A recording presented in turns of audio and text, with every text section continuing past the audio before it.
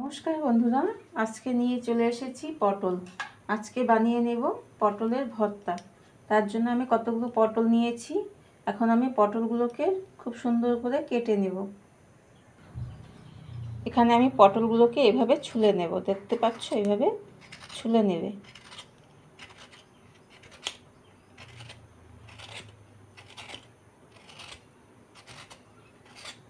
এভাবে এপাশ ওপাশ দুপাশ ভালো করে ছুলে নিতে হবে। এখন আমি পটলগুলোকে দুপাশে একটু একটু করে কেটে ফেলে দেব।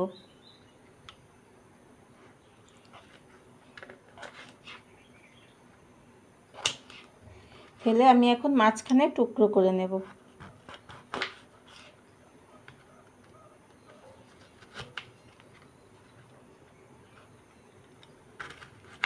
এভাবে আমি সবগুলো পটল কেটে নিচ্ছি।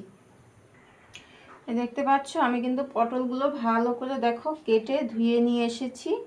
চলো এখন রেসিপিটা আমরা বানিয়ে নিচ্ছি। কড়াই বসিয়ে দিয়েছি। এখন আমি এখানে দিয়ে দিচ্ছি পরিমাণ মতো জল। এটুকুই জল আমার হয়ে যাবে। এখন আমি দিয়ে দেব এখানে কেটে রাখা পটলগুলো। আর এখানে দিয়ে দেব 2টা লঙ্কা। তোমাদের যদি কাঁচা লঙ্কা থাকে ঘরে, কাঁচা লঙ্কা দিয়ে বানিয়ে দেবে। আমার এখানে পাকা পাকা 2টা লঙ্কা ছিল, সে দুটোই দিয়ে দিচ্ছি। এই লঙ্কাগুলো একটু ঝাল, তাই আমি আর বেশি দেব না, 2টাই দেব। এখানে আমি দিয়ে দেব পরিমাণ মতো লবণ, তাতে তাড়াতাড়ি সেদ্ধ হয়ে যাবে পটলটা। দিয়ে আমি এখন ঢেকে দেব। চলো ঢাকনাটা খুলে দেখে নিই পটলগুলো। দেখো পটলগুলো কিন্তু আমার সেদ্ধ হয়ে গেছে। এখন আমি পটলগুলোকে নামিয়ে নেব। দেখতে পাচ্ছ পটল কিন্তু সব সেদ্ধ হয়ে গেছে।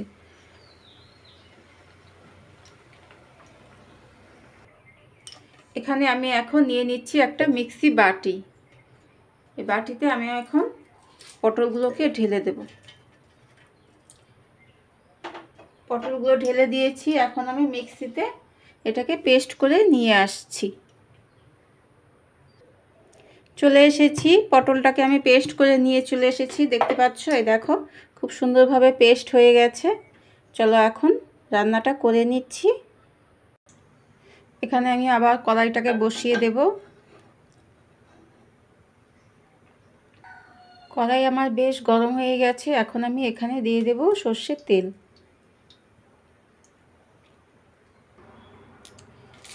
তেলও কিন্তু গরম হয়ে এসেছে। এখন আমি এখানে দিয়ে দিচ্ছি কয়েকটা শুকনো লঙ্কা। শুকনো লঙ্কাগুলো একটু ভাজা ভাজা করে নিচ্ছি। শুকনো লঙ্কাগুলো দেখো একটু কালার এসে গেছে। এখন আমি দিয়ে দেব এখানে 2টা কেটে রাখা পেঁয়াজ। আর এখানে দিয়ে দিচ্ছি কয়েকটা কাঁচা লঙ্কা আর একটা গোটা রসুন। তোমরা যে যেরকম ঝাল খাবে সেই পরিমাণ মতোই ঝালটা দেবে। দিয়ে আমি কিন্তু এই লঙ্কা পেঁয়াজ রসুন সবগুলোকে একটু ভালো করে ভেজে নেব। একটু কালার হয়ে আসবে, তার জন্য একটু ভালো করে ভাজতে হবে।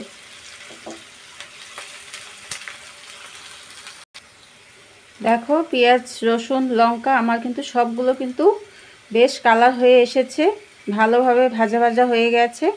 এখন আমি এখানে যে পটলটা পেস্ট করে রেখেছিলাম সেই পটলটাকে ছেড়ে দেব।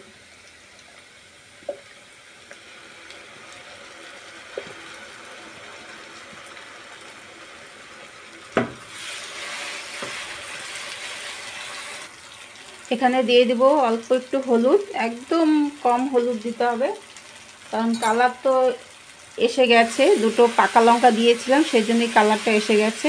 আমি বেশি হলুদ দেব না। আর এখানে দিয়ে দেব আমি সামান্য লবণ। লবণ আমি সেদ্ধ করার সময় দিয়েছিলাম, তোমরা দেখেছো, তাই বেশি লবণ দেব না। এখানে অল্প একটু লবণ দেব, নামানোর আগে আমি দেখে নামিয়ে দেব।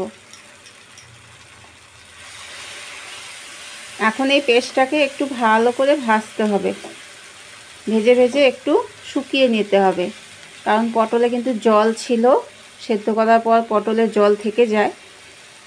এটাকে এখন ভালো করে ভেজে শুকিয়ে নেব আমি। দেখো পটলটা কিন্তু আমি ভালো করে ভেজে নিচ্ছি, কড়াই থেকে কিন্তু আস্তে আস্তে ছেড়ে দিচ্ছে, দেখতে পাচ্ছ? কড়াই থেকে কিন্তু আস্তে আস্তে ছেড়ে দিয়েছে। আর পটলটাকে একটু পর পর নাড়াতে হবে, না হলে আবার নিচে লেগে যাওয়ার সম্ভাবনা থাকে। জল কিন্তু পটলের জলটা কিন্তু একদম শুকিয়ে গেছে, জল কিন্তু নেই। তো আমি আবার আরেকটু ভাজা ভাজা করে নেব, করে নামিয়ে দেব।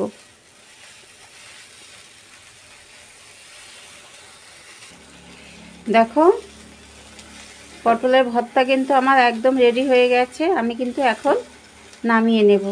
তোমরাও এভাবে বাড়িতে পটলের ভর্তা বানিয়ে নিতে পারবে। সে যদি পটল যদি পেকেও যায় তাও সেটাকে তোমরা ভর্তা করে খেতে পারবে। চলো এবার নামিয়ে নিই। দেখো আমি কিন্তু পটলের ভর্তা নামিয়ে নিয়েছি, খেতেও কিন্তু দুর্দান্ত হয় এই রেসিপিটা। তোমরাও একবার বাড়িতে ট্রাই করো। আর তোমাদের যদি আমাদের ভিডিওগুলো ভালো লেগে থাকে অবশ্যই লাইক কমেন্ট সাবস্ক্রাইব করে পাশে থেকো। সবাই ভালো থেকো, সুস্থ থেকো। আসবো আবার পরে আরেকটা ভিডিও নিয়ে। চলো আজকে টাটা।